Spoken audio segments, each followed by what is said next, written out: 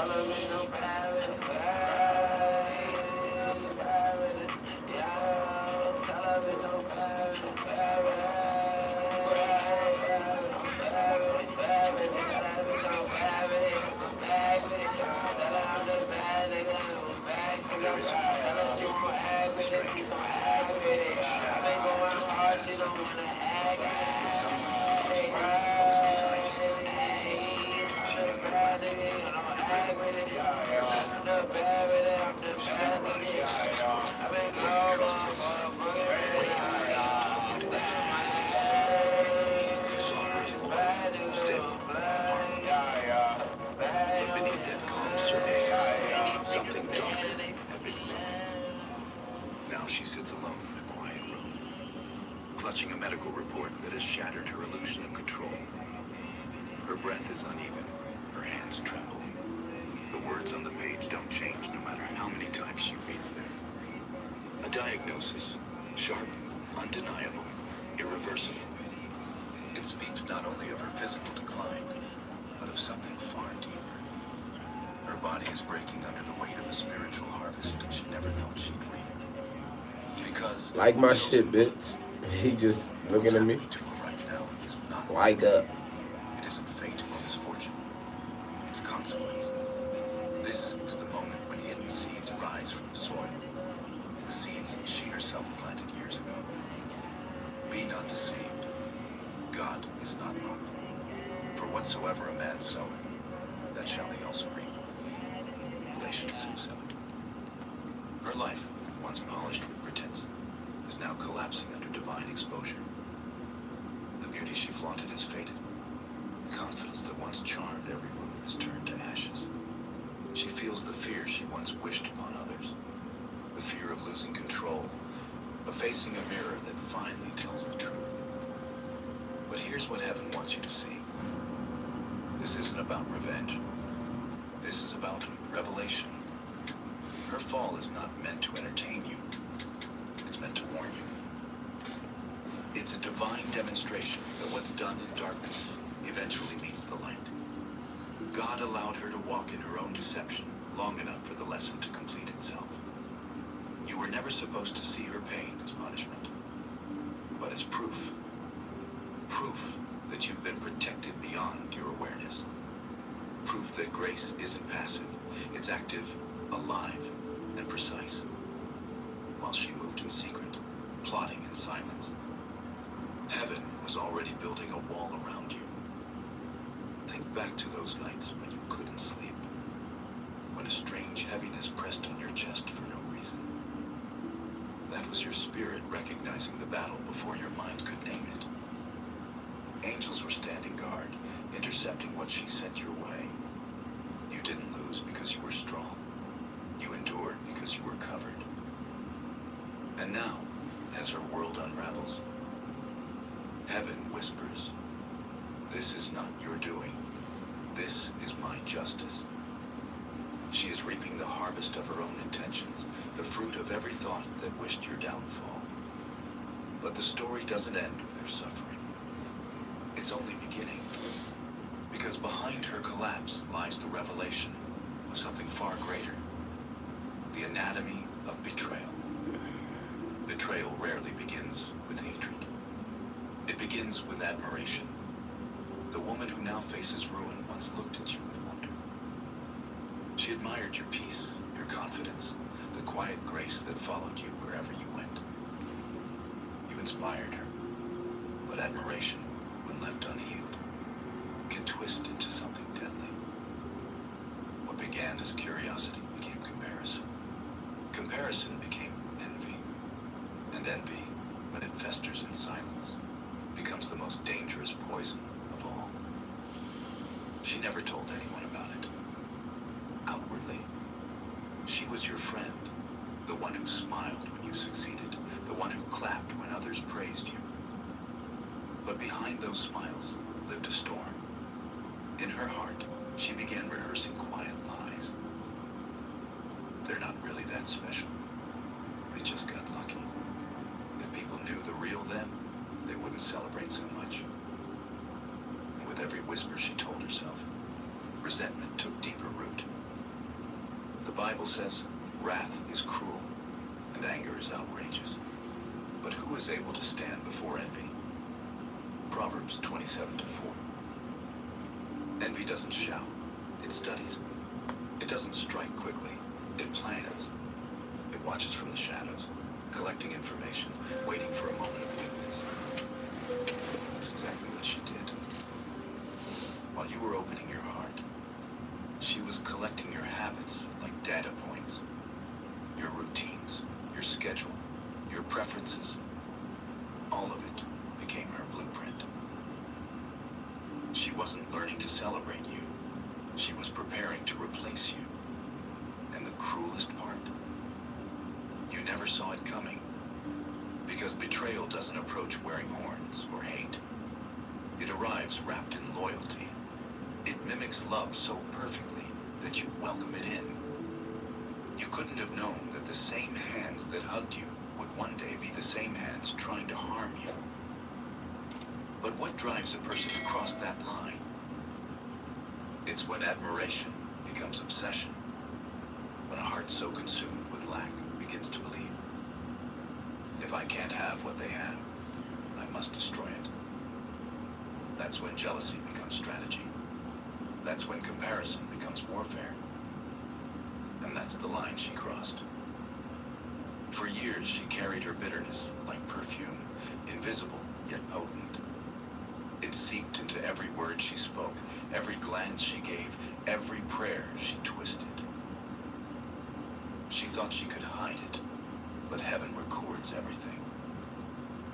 For there is nothing covered that shall not be revealed, neither hid that shall not be known. Everyone's gearing up for the holidays. In a Chevy of their choice. And it all comes together in a Chevrolet. Chevrolet, together, let's drive.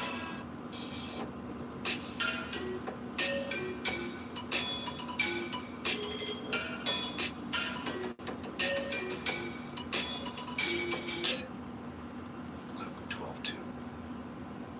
The seeds of betrayal were already alive beneath her smile. And as you continued to shine, she began to break inside.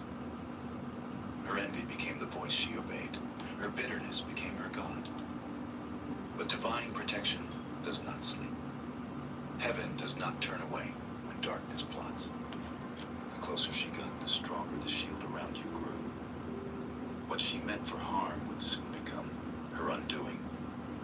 Because every betrayal, no matter how silent, eventually meets its own reflection. And what she sees next will change everything. It happened quietly. So quietly that even the heavens seemed to hold their breath. 3 years ago, her heart made an agreement she didn't fully understand. What began as envy became permission to let darkness in. That was the moment everything changed. One ordinary day, while feeling overlooked once again, she made a choice that would rewrite her destiny. Her thoughts twisted into strategy.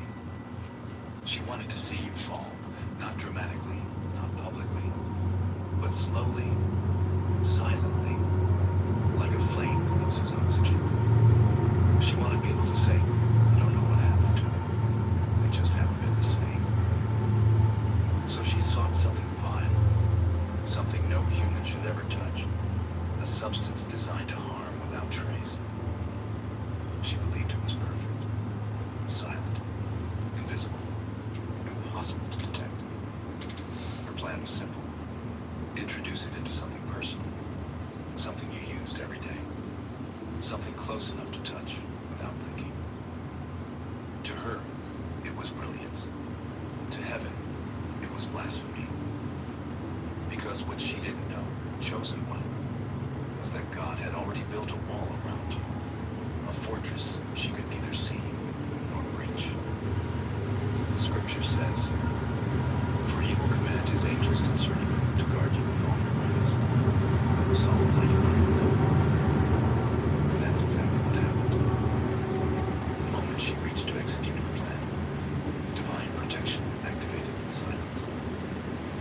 As she handled the substance, a trace so small she didn't even notice clung to her skin.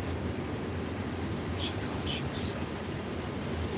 She believed she had hidden her steps, but heaven had already marked the moment. What she meant to send toward her life never reached its destination.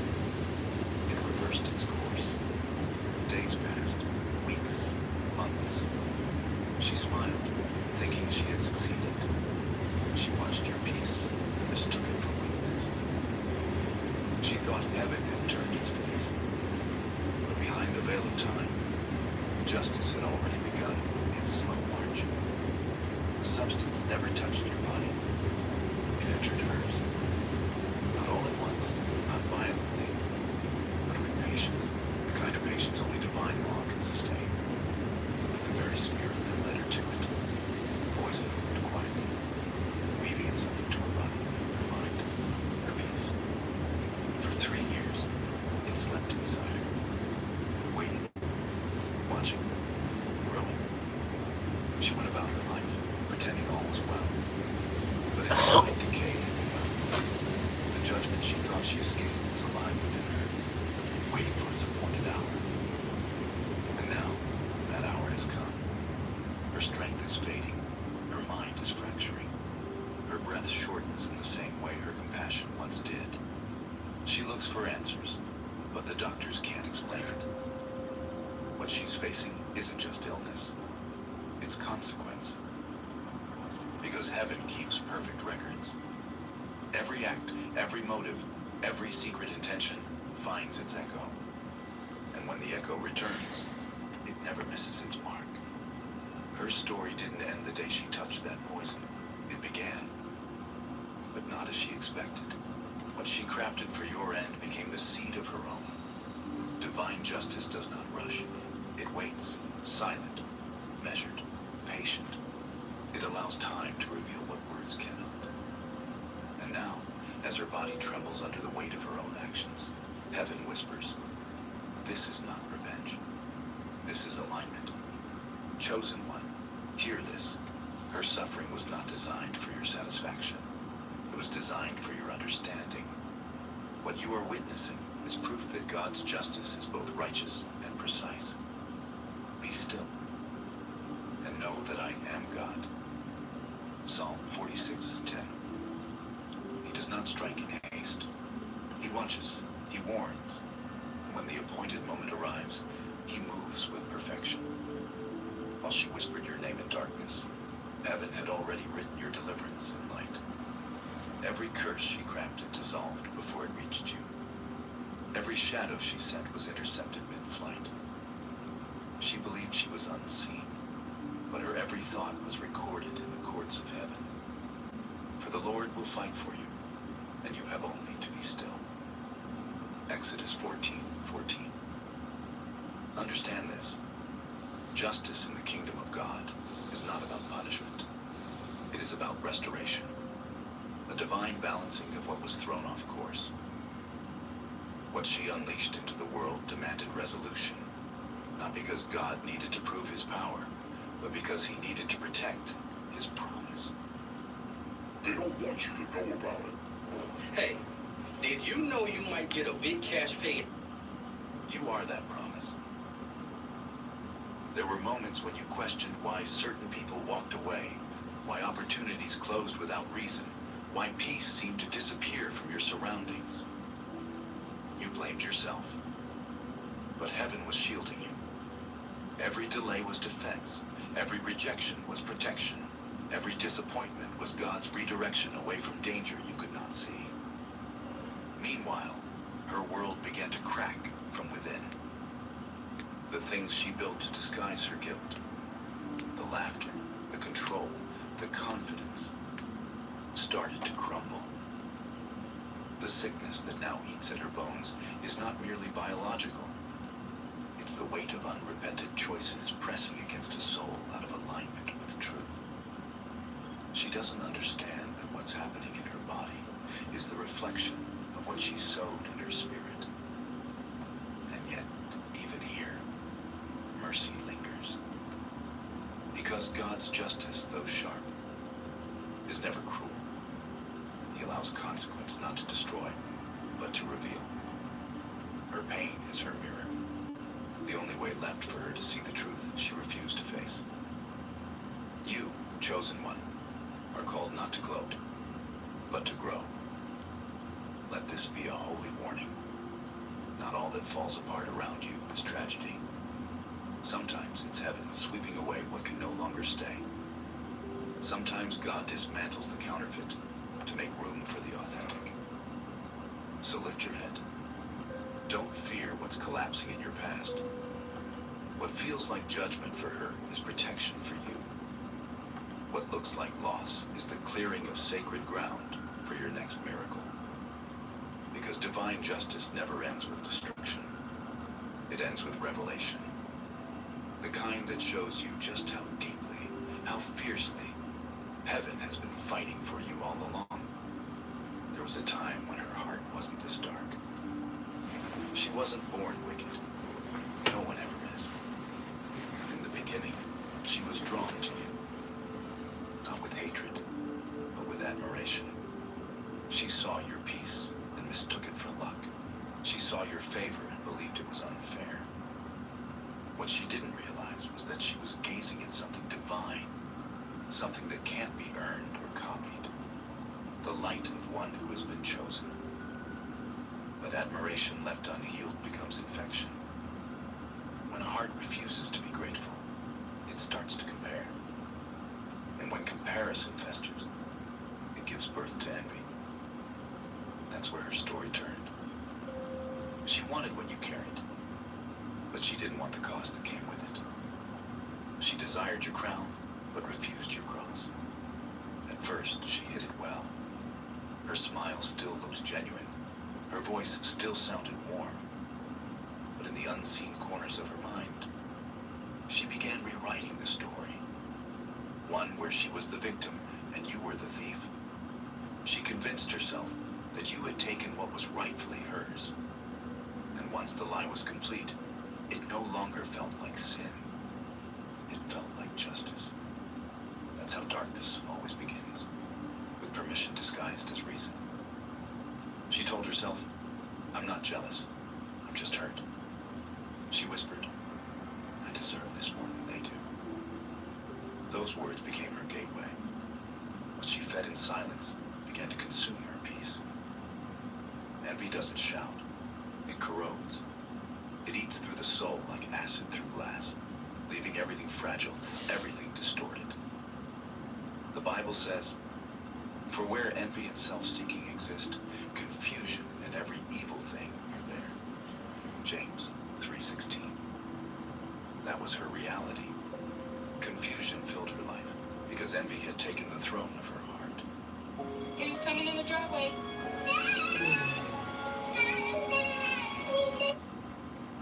She no longer celebrated you. She studied you. Your blessings became her obsession. Your joy became her torment. She started imitating your mannerisms, mirroring your words, mimicking your grace, not out of inspiration, but out of desperation.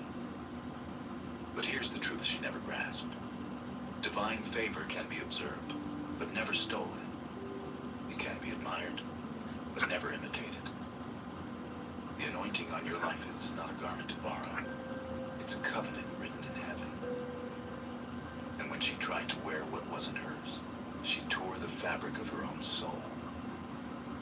Each time she smiled in your face while whispering against you in silence, her heart fractured a little more. Each time she wished for your fall, she added another stone to her own burden. The more she reached for what wasn't hers, the further peace slipped away. Envy blinded her to what she already had. It made her forget that God blesses everyone in due season. But she couldn't wait. She wouldn't wait. So she reached for your light, and in doing so, she lost her own. This is the anatomy of envy. It doesn't just destroy relationships, it destroys the vessel that carries it. And now, what began as comparison has become corrosion. What she thought would elevate her has undone her. Chosen one, now listen closely. Because this is where heaven stepped in. The moment her plan was conceived, before her hands even moved, angels were already dispatched. The war began in silence, fought in the invisible, long before you knew anything was wrong. You thought you were just tired, just anxious, just caring too much. But what you were truly feeling was the vibration of a spiritual interception. As she plotted, heaven built a wall. Not a wall of stone, but of spirit, invisible, impenetrable, absolute. Every curse, every dark thought, every whispered intention was deflected before it ever reached you. What she meant to bury you with became the very soil that preserved you. No weapon that is formed against thee shall prosper. Isaiah 54:17. She didn't know that divine law always protects divine purpose. When she reached for you, she was reaching into territory already sealed by heaven. You were never unguarded, not for a second. Every time she tried to curse your name, her own lips trembled. Every time she tried to manipulate your path, her own steps stumbled. Because when you carry the mark of divine favor, the enemy's hand burns before it ever touches you. Her undoing began not when she acted, but when she imagined it. For the universe responds not only to what is done, but to what is willed. Every malicious thought she entertained became a thread in her own downfall. She thought she was outsmarting angels, but she was only weaving the fabric of her judgment. It's why her sickness didn't strike fast. Justice wasn't in a hurry. It was methodical. The poison she thought she hid worked its way into her life with the same stealth she used to plan your destruction. Each year it spread quietly, matching the very spirit that inspired her crime. Slow, deceptive, unseen. And when it finally manifested, she called it bad luck, fate, or stress. But heaven called it return. Because divine reversal doesn't need spectacle. It doesn't roar. It rebalances.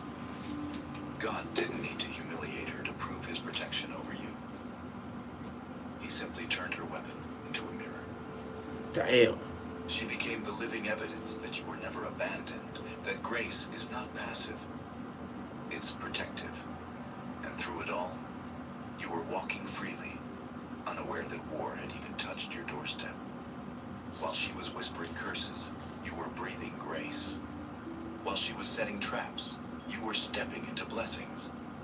Heaven was dismantling what she was constructing in real time. That is the nature of divine reversal. It's really like the devil uses mercy that turns evil inside out. The darkness she summoned became her own cage, and the light she tried to extinguish now burns brighter than ever. What she meant for destruction has become your deliverance. What she plotted in secret has become heaven's public declaration. You were never the target. You were the testimony. 3 years have passed since the moment her fingers touched what heaven had forbidden. And now, the harvest of those hidden seeds has come. Her body weakens.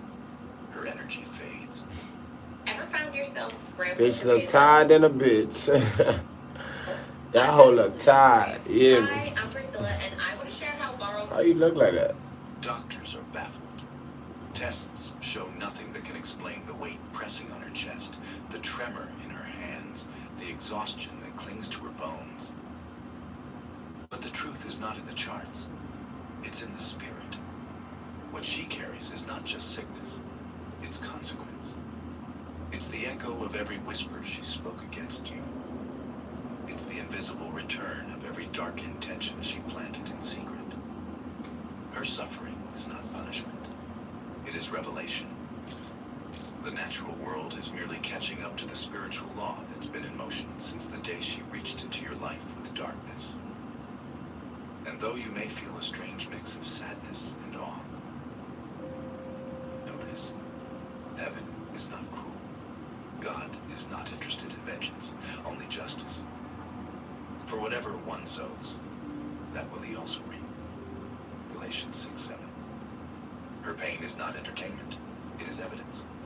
Evidence that divine protection is real. That unseen battles are fought long before you ever realize you were in one. Remember those seasons when your spirit felt heavy for no reason? When you would wake in the night, feeling watched, feeling pressed, but couldn't explain why. That wasn't paranoia, that was discernment. Your soul recognized what your eyes couldn't see. You were sensing the residue of her warfare. The tension in your home, the sudden anxiety, the fatigue that came out of nowhere. It wasn't random. It was the pressure of spiritual resistance.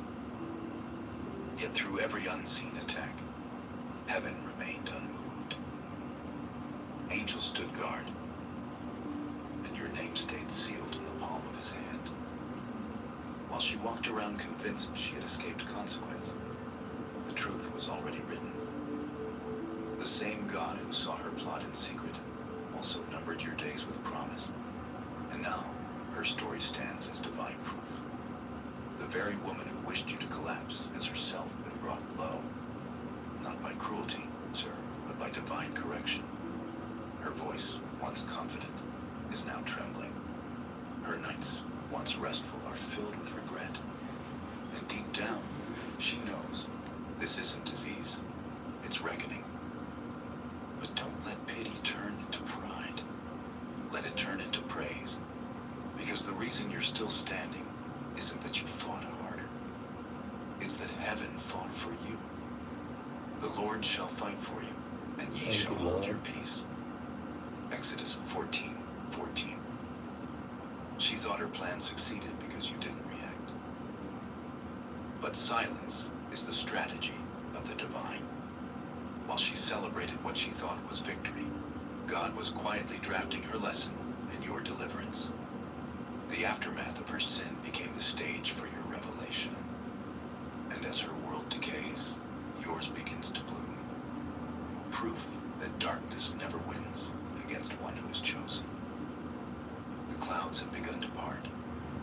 The weight that once pressed against your spirit has started to lift. Quietly, but surely. The unseen resistance that followed you, the heaviness that made you question your own peace, has dissolved. Heaven has ruled in your favor. The season of battle has ended, and now you stand at the edge of something sacred. Divine restoration. You may not have noticed it at first. It comes softly, almost unannounced. You wake one morning and realize your breath feels lighter. Your thoughts feel clearer. The fear that once followed you into every room no longer has a voice. What was once confusion is now calm. The first sign of restoration is peace. That deep, unshakable peace that makes no sense in the natural world.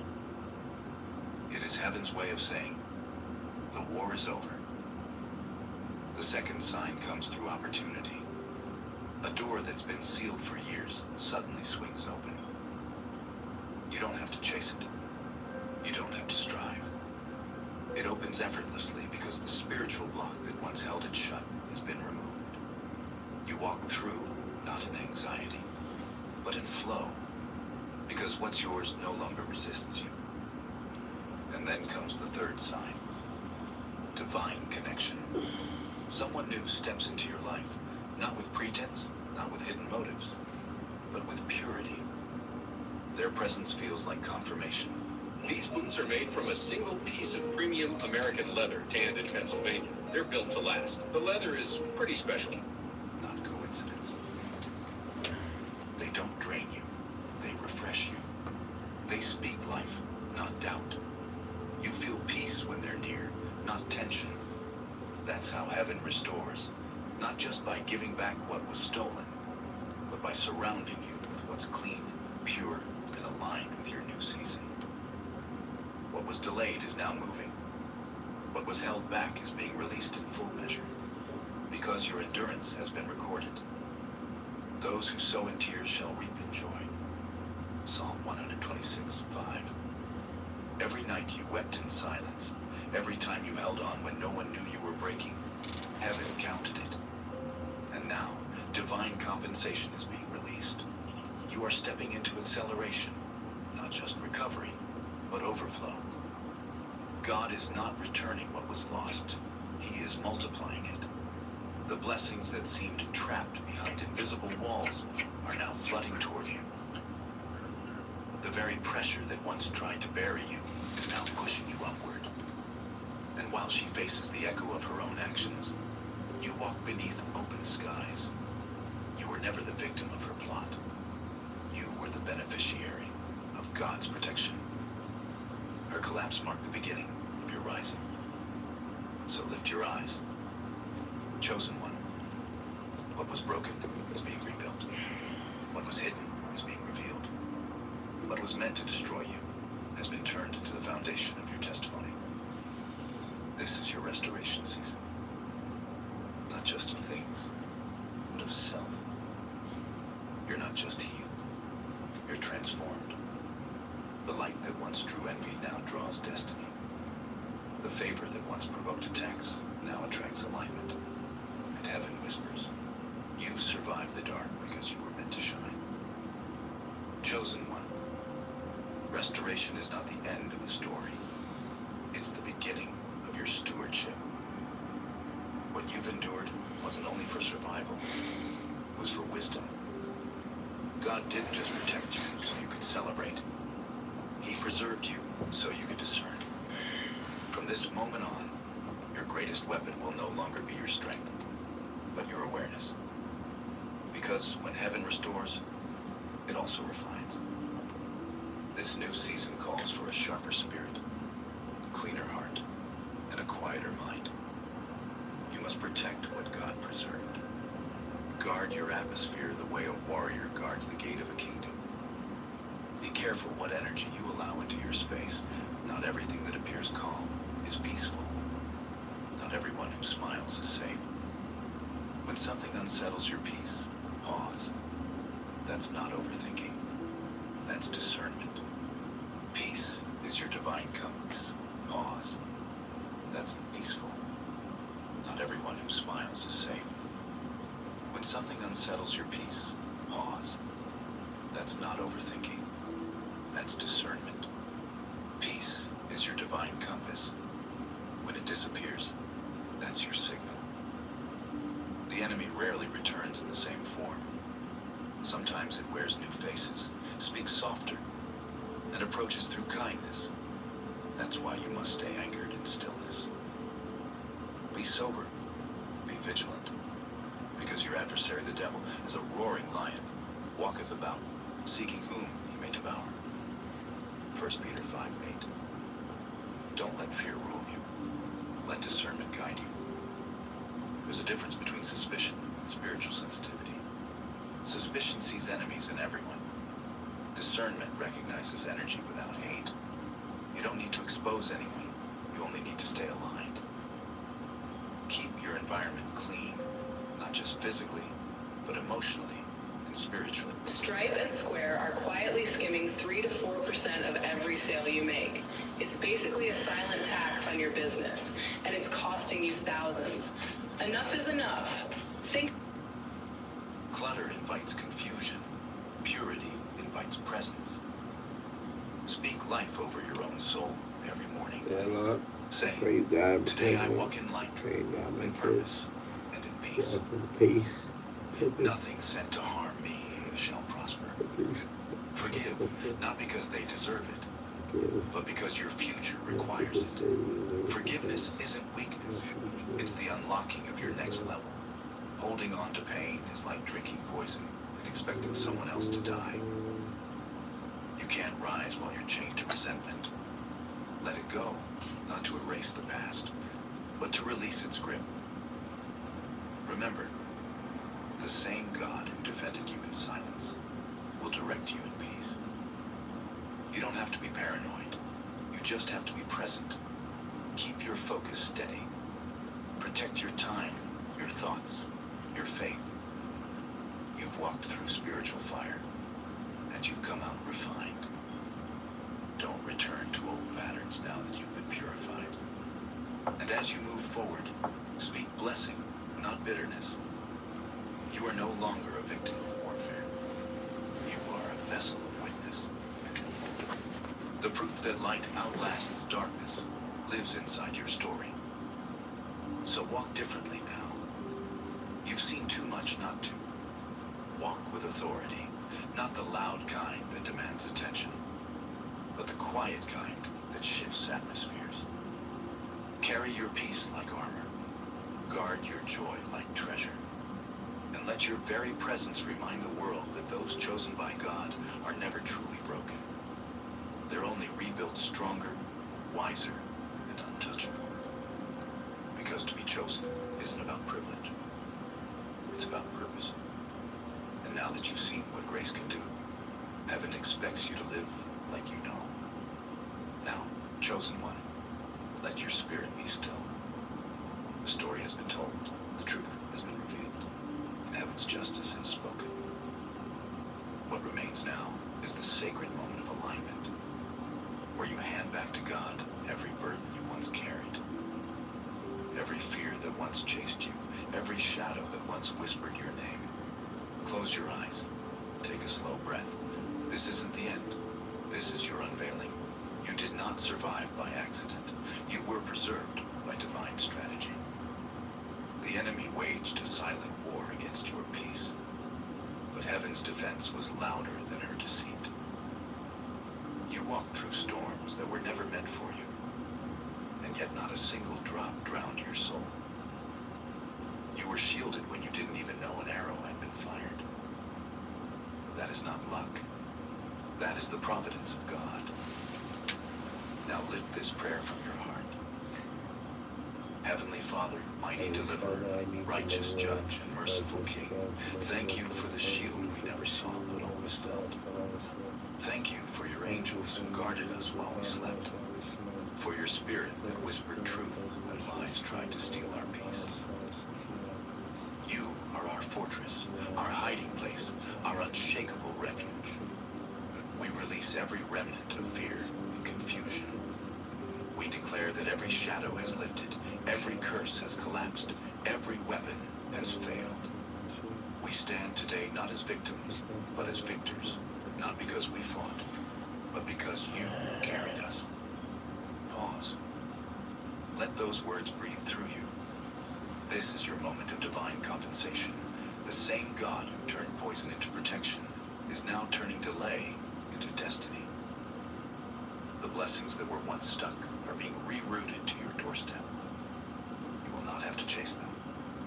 They will find you. And we know that all things work together for good to them that love God. Romans 8:28. But as the light returns, carry discernment sharper than ever. Don't confuse charisma for character. Don't mistake closeness for covenant. Pray not for more friends, but for clean spirits. Let God fill your circle with those who build, not those who drain. Forgive again, not once, but daily.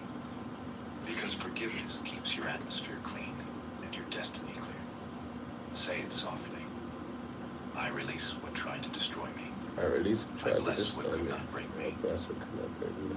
Chosen one, your life is evidence. Evidence that God still covers, still defends, still restores.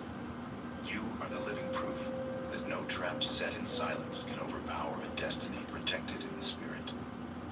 Walk boldly now. Lift your head high. Carry the light that hell itself could not dim. The shift has already begun. The silence is over. The throne prepared for your purpose stands waiting. This is your time. This is your rising. And as heaven watches, may your life forever echo this truth. It's kind of crazy how I don't like to talk about God on this bitch. I realize that I don't give a fuck, though. I really don't. I love this life, yo. I really do.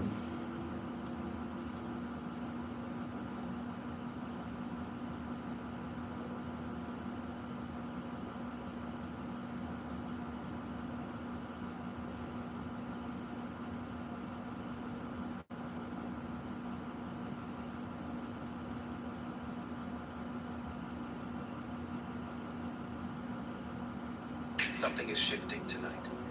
Can you feel it in your spirit? This isn't just energy, it's activation. You've been stretched, tested, refined, but now the restriction is breaking. You are one of the chosen ones, and tonight, your power peaks. Your gifts will sharpen, your vision will clear, your soul will remember what it was sent to do. This isn't just a spiritual moment, it's a divine unlocking.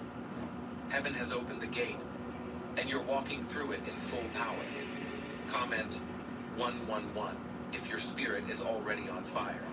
The full video is pinned. Don't miss what's waiting. Chosen. One, before you hear another word, understand this. You were led here by divine appointment, not coincidence. Heaven has interrupted your timeline because you are standing at the threshold of a supernatural awakening. Anointed one. The restlessness you feel is the confirmation that something ancient, divine, and powerful is rising within you. You are not 100% human because your origin is not of this world. You carry the imprint of the Creator. Just as Jeremiah said before, you were known. Today your spirit will remember what your mind forgot. Prepare yourself. The revelation begins now. Chosen one, from the earliest moments of your life, something within you has moved differently. You may not have known why, but you felt it deep in your spirit. A quiet pulse kept telling you that you were never shaped by the same pattern as the world around you. That whisper was not imagination, it was memory. Your spirit has always remembered where you came from. Even when your mind had no language for it, the truth sat inside you like a sleeping seed. You felt out of place, not because you were broken, but because you were designed for a different realm. You were marked long before you understood the meaning of the mark. Anointed.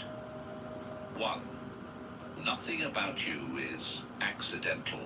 Your sensitivity, your intuition, your restlessness, your depth, all of it was intentional.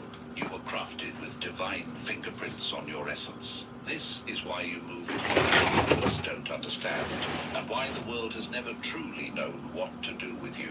You have spent years trying to shrink, trying to fit into molds that were never shaped for your spirit. You tried to quiet the fire, soften the vision, dim the awareness.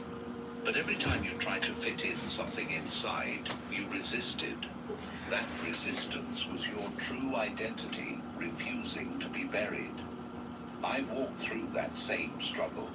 I remember moments when I tried to look normal, sound normal, and live normal. I tried to fold myself into smaller shapes just to feel accepted. But the more I tried, the more suffocated I became. And eventually I learned this discomfort is the first sign that you are living beneath your design.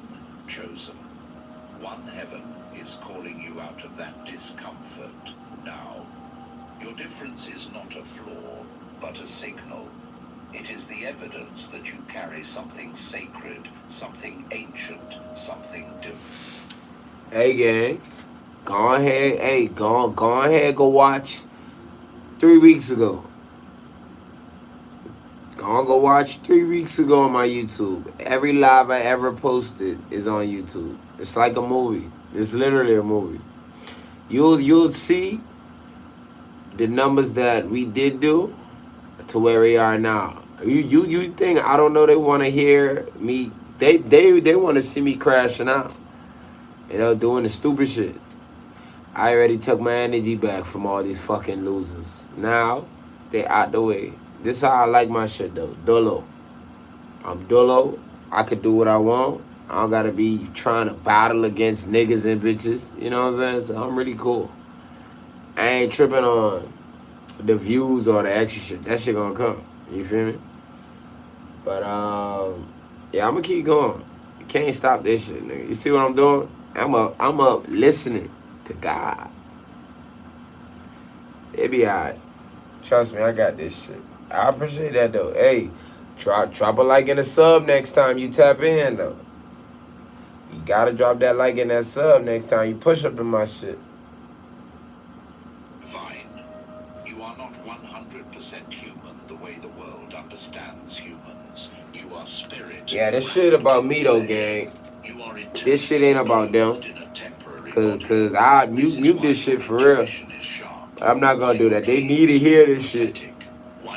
They really need to hear this shit. Nigga, I'm already out, gang. What are you talking about? But I appreciate the the comment. Hey Timothy, you feel me? Real shit. I'm saying, go ahead and go check out when I was crashing out. Nigga, we did numbers. Now I done got my energy back. I could just vibe and really do what I want to do. You know what I'm saying? I don't got to be going back and forth with these fucking goofies. They don't even want to pop their ass on the screen. I wouldn't even say... I don't even feel like I wasted 2-3 weeks because they actually turned me up. Like the dumb shit turned me up to where I'm at now. Which they ain't thinking, they ain't realize that I'm really a chill nigga. I would rather my shit just, chill. I could do my own shit, but you gotta connect with God at all times. So regardless if they want to hear this shit, bitch, if you're coming to my channel, you be good. You ain't gonna hear some godly shit. And that's why majority of these folks on YouTube, so used to the bullshit. Like this jackass right here. Sup, young stud. Nigga, I will fuck your stud mom. She burnt your dumb ass.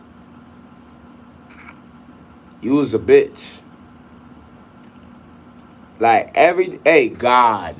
God finna run him. God, nigga.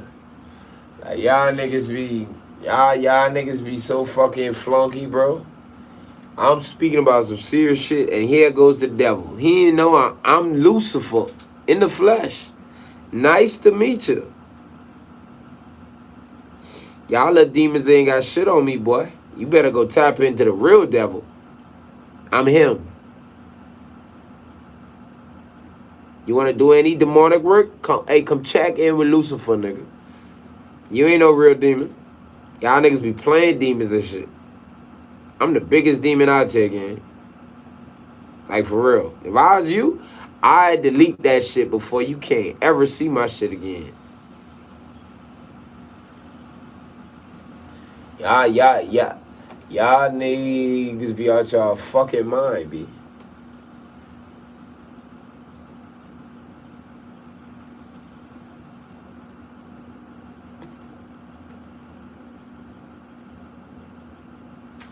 Nah, your mama like it because I eat her clit with it. Your mama clit go right between there. Your mama clit, it go right there. I suck on her clit like that. She like that little grip right there. You know what I'm saying? She park her pussy right here. The clit.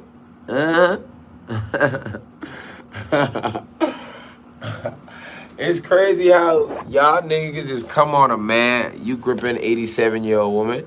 Hell yeah, I will fuck your old ass mom. Hell yeah. Your mom most likely paid for my fucking PS5 that I've had for like 4 years now. That old bitch, yeah. That's your problem. Your mom's that old. So if your mom's that old, I think you're like 50. If your mom is 87, you gotta be like 50 something. So if you that old, if your mom's that old, look at me. And I know your mom's white too. If your mom is that old, you're at least 50. Crazy work. It's crazy how you old ass crackers. Yeah, I get real disrespectful. Hey, bitch. Hey, it's crazy how you fucking. Oh, you report me? You, hey, cracker. You a cracker. You a white boy. You think I give a fuck? Watch this. Hey, you can't report me faster than you, bitch. And I'm gonna block your stupid ass. White boy, you a cracker before I delete your ass. Hey, cracker, you ain't the first nigga. You a white boy. A boy. Boy. Y'all niggas be so butthurt. Now, y'all white boys be so butthurt. A bunch of crackers. Look at me, nigga. I want you to take a good look at me. When you go to sleep, you finna see me. When you wake up, you finna see me, gang. Literally. You ain't the devil. I'm the devil. Nice to meet you, nigga. Mwah. When you wake up, remember this. You will see me. Now watch this. Go burn in hell for 24 hours, you fucking faggot. Fuck out of here. Fuck your report, nigga. Hey, bitch, you gone too. I don't like you. I don't like you. Oh, God, I don't like you. I don't know who you is, what you on, but it don't even matter. I don't play that shit. Y'all niggas y'all better go play with y'all old ass, tired ass fucking mom. Your mom about to die, ho. You on my shit playing, go take care of your fucking mother, nigga. Before I fuck that bitch on her deathbed. Straight up. Pussy. Your mom really about to die. And you on my shit playing. How about you go take care of your fucking mother, nigga? Shit. My mama ain't that old, boy. Fuck you talking about. Your mama, if your mama 80, you got to be at least 50. Like, literally. If your mama 87, nigga, you might even be 60. Shit, for all I know, you know them hoes been getting cracked way back in the day. Like, if your mama 87, you might be 72. Be honest with yourself, nigga. You's an old cluck. I'm trying to fuck your daughter, your niece, and your wife. Oh, he dead. He can't talk. You ain't the devil, nigga. Nice to meet you. I love this shit. Y'all didn't be playing. Go play with your dick, bro. Don't come in my chat playing. Go play with yourself, nigga. You better off playing with yourself than playing with me. Like, literally. And I'm about to restart this shit. Watch this.